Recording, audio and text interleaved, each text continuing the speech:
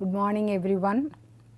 In the last class we discussed Gauss elimination method with partial pivoting and obtained solution of systems of equations of the form Ax is equal to b. We shall now discuss another direct method known as Gauss-Jordan method. In Gauss elimination method, the given system Ax is equal to b is reduced to a system of the form Ux is equal to b hat, where U is an upper triangular matrix. So, the coefficient matrix A is reduced to an upper triangular matrix by using elementary row operations. In Gauss-Jordan method, which is another direct method, given the system of equations in the form Ax is equal to b, the coefficient matrix A is reduced to an identity matrix I, so that the solution of the system can be directly obtained by solving I into x is equal to some b cap. So, that x will be given by the vector b cap which appears on the right hand side. So, the procedure is similar to Gauss elimination method, where we had used elementary row operations. In Gauss elimination method, at any step we will have a pivotal equation and then make all the entries below the pivot at that step to be equal to 0. Then we convert the coefficient matrix A to an upper triangular matrix. On the other hand, in Gauss-Jordan method, at any step of our computation, we not only make the elements which lie below the pivot in its column to be 0 by using elementary row operations, but also the elements which lie above the pivot in its column to 0. And thus we try to reduce the coefficient matrix A to an identity matrix. So, we will see how this is done, so that we would have understood Gauss-Jordan method. But it is a very expensive method from the point of view of computations, and therefore, this method is not usually used to solve a system of equations Ax is equal to b. However, this method is used to compute the inverse of a matrix A, which is a non-singular matrix. So, we demonstrate this by means of the following example, and thereby you will understand how Gauss-Jordan method can be used to solve a system of equations. So, let us see how we can use effectively Gauss-Jordan method to obtain an inverse of a given matrix A.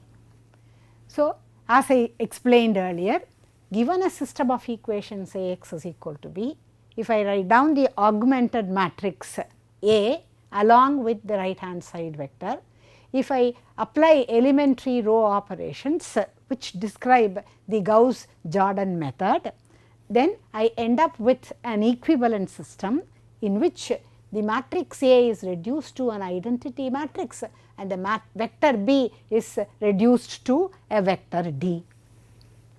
So, that solving this system Ix is equal to D will give immediately the unknown vector x. That is how you solve a system of equations by Gauss-Jordan method. But we would now like to use Gauss-Jordan method in computing the inverse of a matrix A. So, we are given a matrix A. So, what should I do? I should augment this matrix A by means of an identity matrix of the same order. So, if A is a 3 by 3 matrix, then take an identity matrix of order 3 by 3 and then apply Gauss-Jordan method and try to convert it to a matrix I augmented by a new matrix, and the resulting matrix that you get here is going to be the inverse of the given matrix A.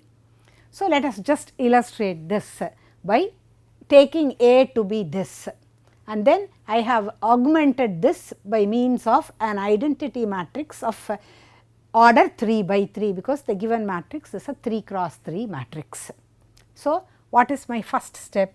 If suppose I am also asked to make use of partial pivoting, so what should I do? I should scan the first column and see which is numerically the largest element, and I observe that the numerically largest element appears here, namely 4. So, I must exchange the row in which it occurs with the first row, so that I bring the second equation to the first equation position.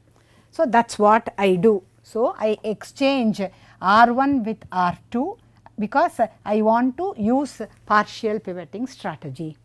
So, my second row comes as the first row. So, my elements are 4, 3, minus 1, 0, 1, 0, and the first row comes to the second equation position. So, it is 1, 1, 1, 1, 0, 0. The third equation is written as it is. So, that is going to be the first step. So, at any step take care to introduce partial pivoting strategy if necessary. So, this step is complete. Then we would like to apply Gauss-Jordan method, which is actually similar to Gauss elimination method. What do? We keep the first equation as the pivotal equation and then call this element as the pivot and try to make the entries below the pivot in its column to 0. That is what we should do. So, before doing that, I would like to make this entry as 1 because my goal is to reduce A matrix to an identity matrix. So, in that case this element should have a value which is 1, and therefore, I divide the throughout by 4 and take this entry to be 1. So, 1 3 by 4 minus 1 by 4 0 1 by 4 0. So, I perform the row operation that the new first row will have the old R1 by 4. So, R1 by 4 will replace the old R1, namely the old first equation. The second and the third equations are as they are. So, at this stage I observe that this is my pivotal equation and this is my pivot. So, I must make these two entries into zeros. So, what should I do? I should take R2 and subtract R1 from it because both the entries are 1 1. So, R2 minus R1 will replace the second equation. So, I will have 0. Then I will have 1 minus 3 by 4, 1 minus of 1 by 4, then 1 minus 0, then 0 minus 1 by 4, 0 minus 0. So, that will give me the second row entries. Then I also have to make this entry 0. So, what should I do? R3 minus 3 R1 will give me the entries in the new third row. So, I will have 3 minus 3 which is 0, then 5 minus 9 by 4 that will give me 11 by 4, then 3 minus of 3 by 4 that will give me 15 by 4, 0 minus 0 minus 3 times 0, so 0, minus 3 times 1 by 4, so minus 3 by 4, 1 minus 0 into 3 which is 1. So, that is going to be my third row. So, I observe that I have entries below the pivot in the first row in its column to be 0 at this stage. So, I have completed the first step.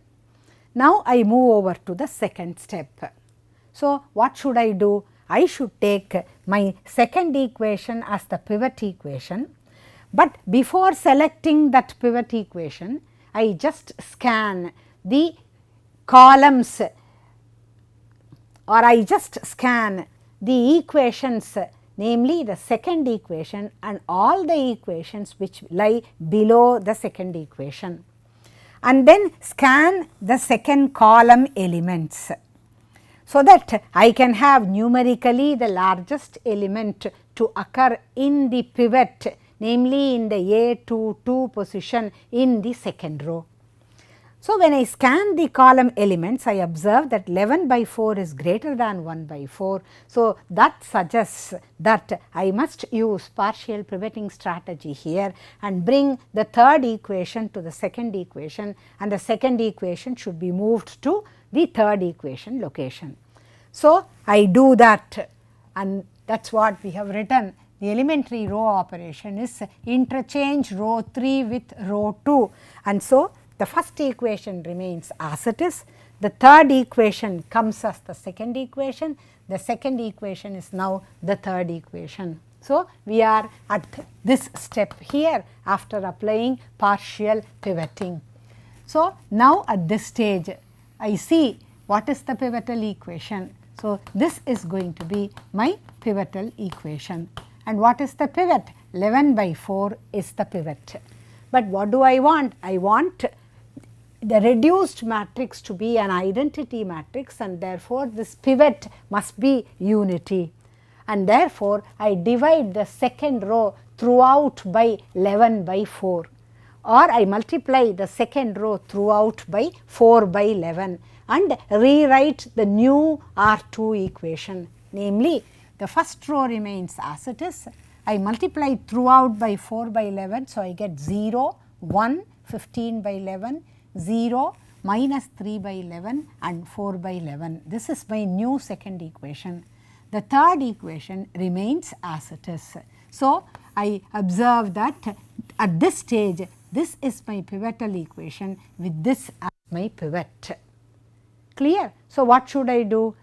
In Gauss elimination method, we would look at the entries in the same column in which pivot appears and make those entries into zeros, right. But in Gauss-Jordan method, we not only look at those entries in that column where the pivot appears below the pivotal equation, but also make the entry in its column above the pivot and make that also 0. So, what should I do? I have my pivotal equation as it is here. I want to make this element into 0. So, what should I do? I must take R3 and subtract 1 by 4 of the pivotal equation, namely R2, and write that value in the new R3 equation. So, when I do that, I take R3 minus 1 by 4 of 1, that is 1 by 4, and subtract, and that will give me 0. Having made this entry 0, I should look at the entry above the pivotal equation in the column in which pivot appears and make that entry into 0. So, it is concerned with row 1, and so the new row 1 is obtained by taking the old row 1 minus 3 by 4 times this 1 in the pivotal equation. So, R1 minus 3 by 4 R2 will give me the entries in the new R1. So, you observe that when I perform that elementary row operation, I get the entries in the first row as this. Now, my system at this stage is this, and I observe that in the next step, I must take the third row as my pivotal equation. And since I want to reduce A to an identity matrix, in the pivot I must have unity, and therefore, I divide the third equation throughout by 10 by 11. Multiply equation 3 by 11 by 10, and so I make this entry into unity, and the other entries are multiplied by 11 by 10, and this is what we get. What should we do? At this stage in Gauss-Jordan method, we must make all the entries in the column in which the pivot appears below it and above it to be 0. But there are no more equations below it. we only have equations above this pivotal equation at this stage. So, I must make this entry into 0 and this entry into 0. So, what do? We take the first row and add to it 14 by 11 times the third row. That will give you all the entries in the new first row. And so, I get 1 0 0, 7 by 5, 1 by 5 and minus 2 by 5. So, I have reduced this to 0. Now, I must reduce this to 0. What should I do? Take the old R2 and subtract 15 by 11 R3. This will give you the entries in the new R2. So, this entry is also reduced to 0 and the corresponding computations have been carried out in this row. So, you observe that on your left hand side you have an identity matrix. So, all the steps in the Gauss-Jordan method are performed and the result is that you have an identity matrix appearing here in place of A after Gauss-Jordan method has been applied. And the identity matrix which appeared on the right of A has now been changed to a matrix which is a 3 cross 3 matrix, and this is what your A inverse is. So, you have been able to compute the inverse of a matrix A which is given by this matrix which is a 3 cross 3 matrix. So, Gauss-Jordan method can be efficiently used to compute the inverse of a given matrix, and I hope you have understood the steps which are involved in Gauss-Jordan method. Suppose say I want to solve the system in which the coefficient matrix is this A using Gauss-Jordan method. Having got the inverse, the solution is going to be x is equal to A inverse B, and therefore, take A inverse, multiply it by the vector B which is given there, and that will give you the solution. So, you have the values of the unknown, values of the components in the unknown vector x, y, z to be given by this, which is the solution of the given system Ax is equal to B. So, you have used Gauss-Jordan method in solving this system of equations Ax is equal to B by computing A inverse, so that the solution can be written in the form x is equal to A inverse B. Now, one can use Gauss-Jordan method in computing the inverse of a matrix as follows. Suppose A is such that you are able to decompose the matrix in the form L into U. You already know that this is possible. When is it possible? When L can be taken to be a unit lower triangular matrix, in which case Doolittle decomposition is possible. U can be taken as a unit upper triangular matrix, in which case you have Kraut's reduction. If the matrix A is such that it is a real positive definite symmetric matrix, then A can be factored in the form L into L transpose, where L is a lower triangular matrix with positive entries along the diagonal. So, when you have obtained the factorization of A in the form L into U, then if you are interested in computing A inverse, it is LU the whole inverse. So, it is U inverse L inverse. So, U is an upper triangular matrix, L is a lower triangular matrix, and therefore, computing inverse of these matrices by Gauss-Jordan method will be easier rather than computing directly the inverse of the given matrix A. So, decompose the matrix A in the form L into U, and then take A inverse to be U inverse into L inverse, then the computations of inverse of an upper triangular matrix or a lower triangular matrix are simpler and easier than computation of inverse of the given matrix A. So, one can easily obtain the inverse of a given matrix by first applying decomposition of the given matrix A and then taking the inverse of the given matrix to be the product of U inverse into L inverse. So, I shall give some problems where you can use this method to compute the inverse in the assignment sheets. So, with this our discussion on the class of direct methods for solving a system of equations is complete. The only thing that remains to be discussed is the error analysis for direct methods. Why do you say we need to perform error analysis for direct methods? When the computer solves this problem using Gauss-Jordan method, then it takes these entries, say 5 by 4, 11 by 4, 15 by 4, and represents it in the form of a number with decimal places. Depending upon the machine precision, the number of decimal places that it takes is going to be such that it is going to either chop off the numbers or there will be rounding off those numbers. As a result, round off errors are incorporated.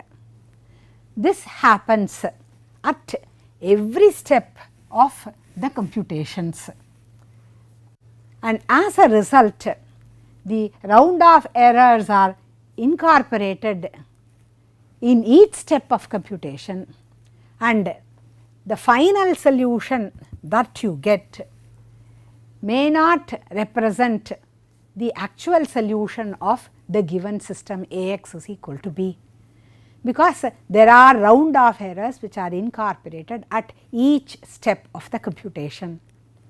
So, we would like to know whether small deviations or changes that occur at any step, namely the small errors that are incorporated at each step, result in large deviations in the solution that we obtain finally. And we obtain the solution as a vector. This x is a vector having components x, y, z. So, there are going to be errors in the vector which come out as a solution for the system Ax is equal to b, and therefore, we must have some knowledge of measuring this error in a vector, and therefore, we introduce the notion of norm of a vector, norm of a matrix, which will enable us to give the size or the magnitude of the error in the vector that we may obtain as a result of solving a particular system using a computer. So, we need to discuss the errors, and we need to discuss what is the magnitude of the error that is incorporated at each step of our computation while solving a system of equations in the case of direct methods. So, we shall do error analysis for direct methods now, and then find out what is going to be the magnitude of the absolute error, what is the magnitude of the relative error, can we give a bound on the absolute error and the relative error in case we make use of direct methods for solving a system of equations.